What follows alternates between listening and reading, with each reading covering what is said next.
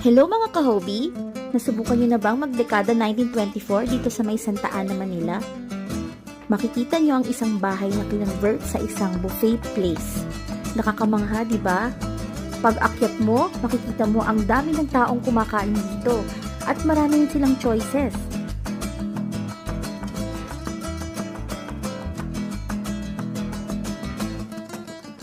Meron silang adobo, meron silang pansit, adobong sitaw.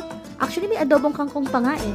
May pritong isda, may longganisa, kare-kare, only rice ka na rin. At syempre, meron rin pampalamig. Ang swerte nga namin, naabutan pa namin dumating ang lechon. O, di ba? At dito naman ang mga condiments at only sabaw. Lahat yan mga ka-hobby sa halagang 159 pesos lang.